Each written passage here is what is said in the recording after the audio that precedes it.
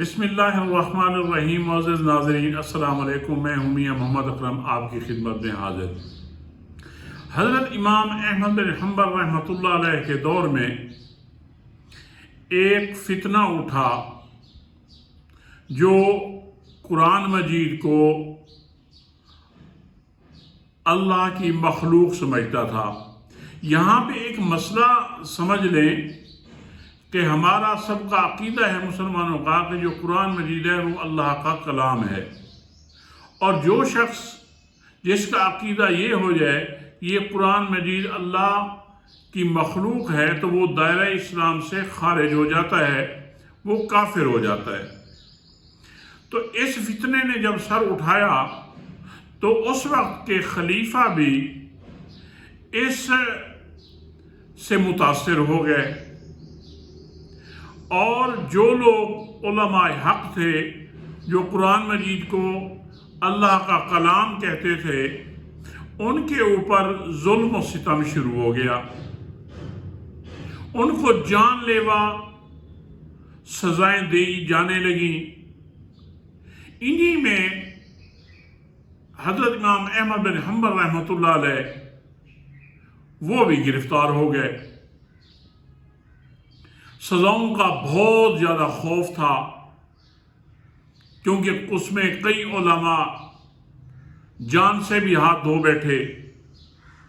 تو جب ان کو جیل میں بند کر دیا گیا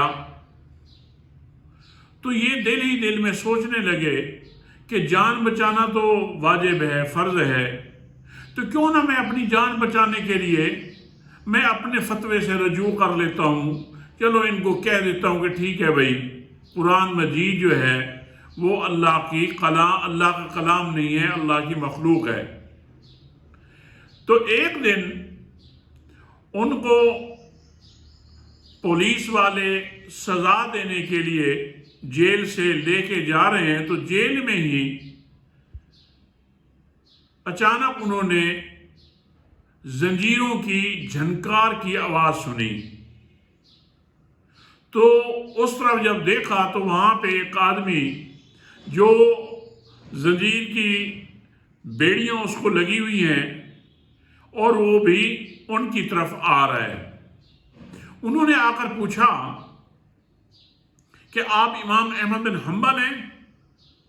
تو انہوں نے فرمایا کہ ہاں میں امام احمد بن حنبل ہوں۔ تو اس نے کہا کہ میری بات ذرا غور سے سنو، میں ابو الہیثم ہوں، بصرہ کا بہت بڑا ڈاکو۔ اس حکومت کی جو سزائیں ہیں نہ مجھے ڈاکہ ڈالنے سے روک سکی نہ قتل کرنے سے روک سکی، یہ سزائیں میرا کچھ نہ بگاڑ سکیں، لیکن آپ جا رہے ہیں قرآن کے لیے اور اللہ کے لیے، میں آپ کو تنبیہ کرتا ہوں کہ یہاں کہیں آپ کے قرآن کے لیے کہیں قدم ڈگمگا نہ جائیں۔ جب امام احمد بن حنبل رحمۃ اللہ نے یہ بات سنی تو وہ فرماتے ہیں کہ اس بات سے جو میرا جذبہ ریت ہو چکا تھا اس نے پہاڑ کی شکل اختیار کر لی۔ جب سزا کے لیے مجھے وہاں پہ لے جایا گیا تو وہاں کے ایک درباری ملا نے میرے کان میں سرگوشی کی اور کہا کہ احمد بن حنبل اپنے فتوے سے رجوع کر لو، میں تمہیں سزا سے بچانے کی ضمانت دیتا ہوں۔ تو امام احمد بن حنبل رحمۃ اللہ علیہ انہوں نے اس کا جواب دیا کہ اے درباری ملاؤ، تم اپنے فتوے سے رجوع کر لو، حق پہ آ جاؤ، میں امام احمد بن حنبل تمہیں جنت کی ضمانت دیتا ہوں۔ اس کے بعد امام احمد بن حنبل رحمۃ اللہ علیہ پہ 100 کوڑے برسائے گئے۔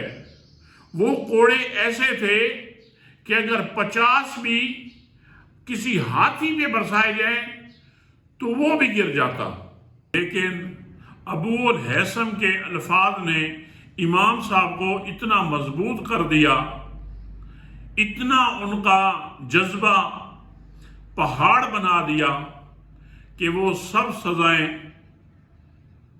ان کا کچھ نہ بگاڑ سکی، اور آخر یہ فتنہ اپنی موت خود ہی مر گیا۔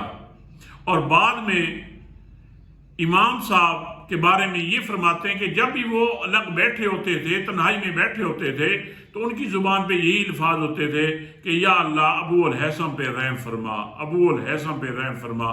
علماء فرماتے ہیں کہ ایسا شخص جس کو خواب میں اللہ تعالیٰ کی زیارت 100 مرتبہ ہوئی ہو اور وہ ابو الہیثم کے لیے دعا کرے اور وہ دعا ہو بھی نہیں سکتا کہ اللہ قبول نہ فرمائے۔